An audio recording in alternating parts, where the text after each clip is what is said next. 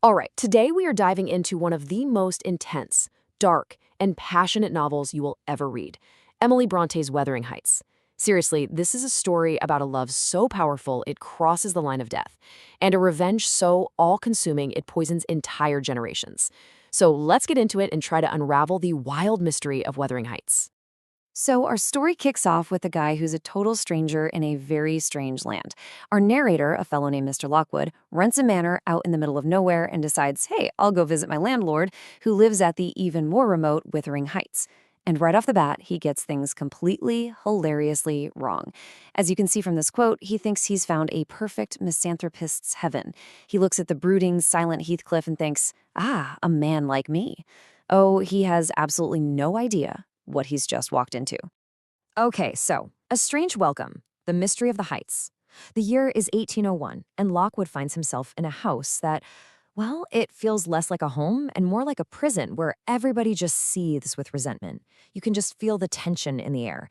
It's oppressive. And the people, they're every bit as cold and stormy as the moors right outside the door.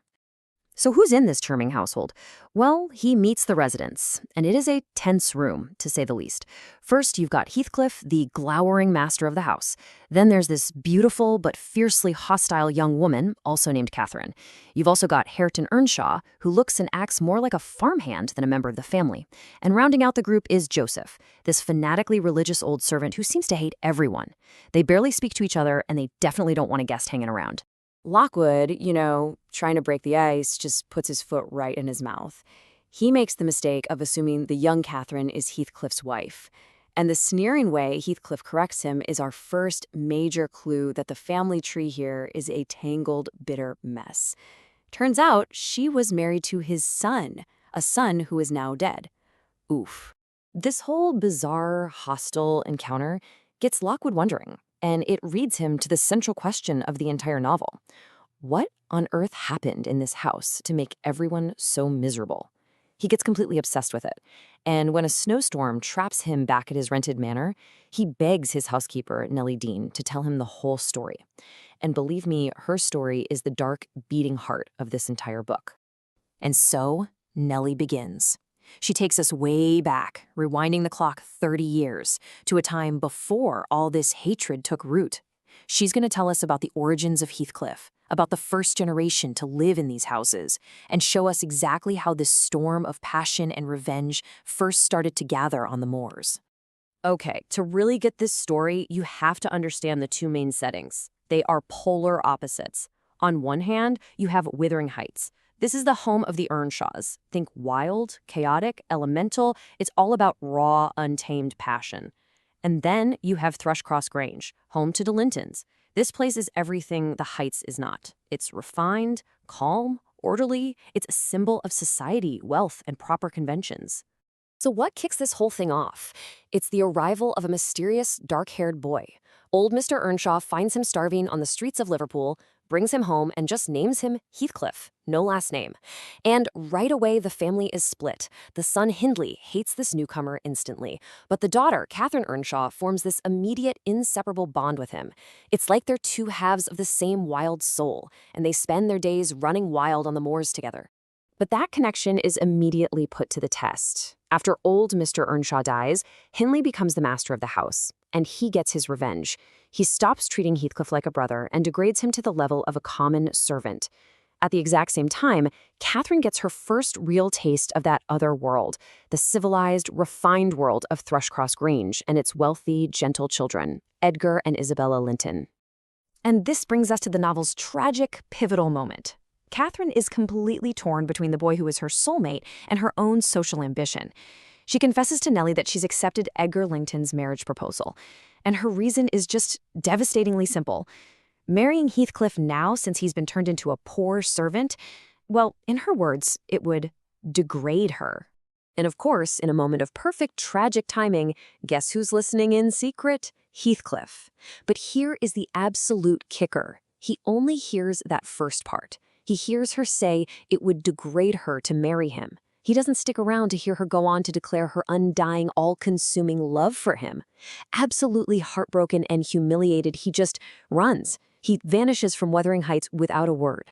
And this just shows you the tragedy of it all. Literally moments after Heathcliff has fled, Catherine makes this profound declaration. She says her love for Edgar is like the leaves on the trees, it'll change with the seasons, but her love for Heathcliff, that's like the eternal rocks underneath. He's not just some guy she loves, he is a part of her soul. As she says, Nellie, I am Heathcliff.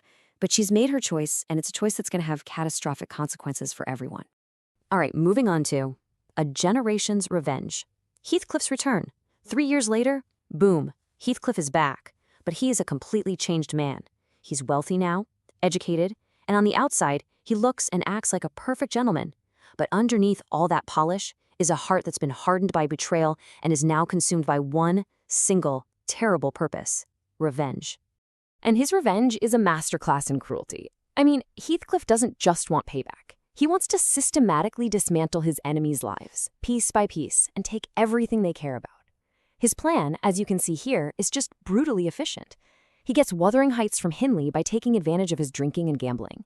He torments Edgar Linton by eloping with and abusing his sister Isabella.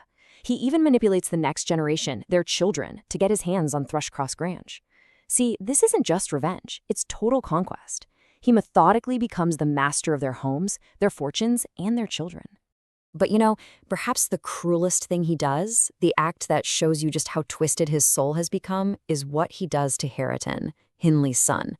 He takes the boy who is the rightful heir of Wuthering Heights and deliberately raises him to be an ignorant, uneducated servant in his own home. He is literally recreating his own childhood suffering in someone else. It's the ultimate proof that the abused often becomes the abuser. The cycle of pain is now complete. Okay, so on to our next part, breaking the cycle. Hope on the moors. A fire that burns with that much hatred can't last forever. It has to burn itself out eventually. Years pass. The first Catherine died in childbirth a long time ago, and Heathcliff's revenge, even though it was completely successful, has brought him zero peace. His obsession with her ghost starts to consume him completely, and that's when we get the final shift in the story. Heathcliff just starts to waste away. He stops eating, he wanders the moors all night, talking to someone that no one else can see. He is completely haunted by Catherine, desperate to finally be reunited with her. And then one day, he's found dead in her old room, with this strange, almost triumphant smile on his face. And, with the great tormentor finally gone, the cycle of hatred that he built can at long last be broken.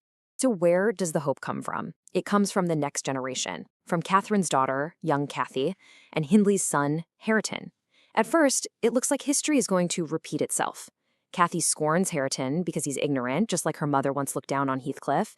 But over time, she starts to see the good man underneath the rough exterior that Heathcliff created.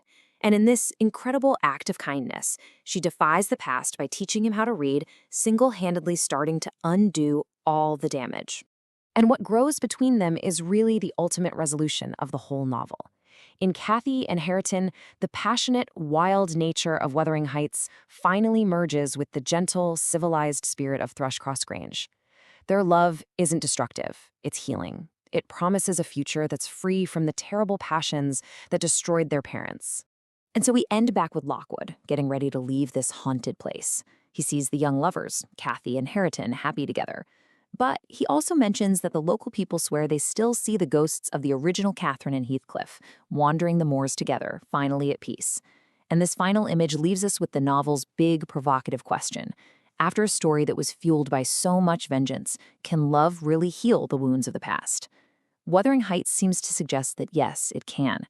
But it also reminds us that those wild, passionate forces that caused all the destruction, they can never be truly tamed.